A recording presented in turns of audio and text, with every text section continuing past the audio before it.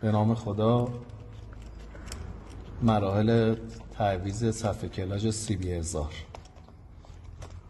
آموزشش رو خدمتتون ارائه.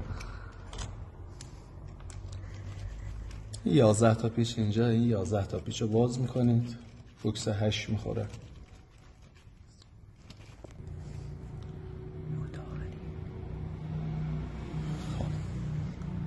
در پیشو که وام میکنید یا 4-10 اینجا میخوره، بوکس 10 میندازید. یعنی غیر اصولیه.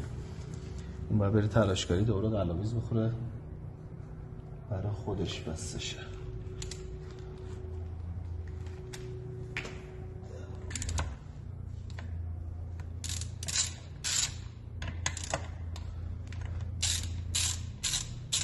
اینا رو موقع بستن هم به کف که رسید یه مقدار صفر میکنید و تمام. لازم است خیلی زور بزنید. خب این 5 تا پیچ و فنر رو که در میاری، این صفحه اولی ها یه یواش هول میدی، خودش میاد بیرون.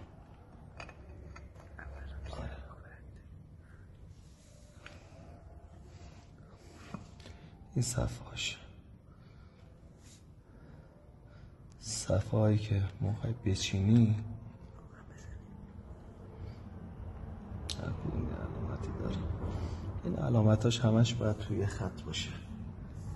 یه دونه فلز میذاره یه صفحه.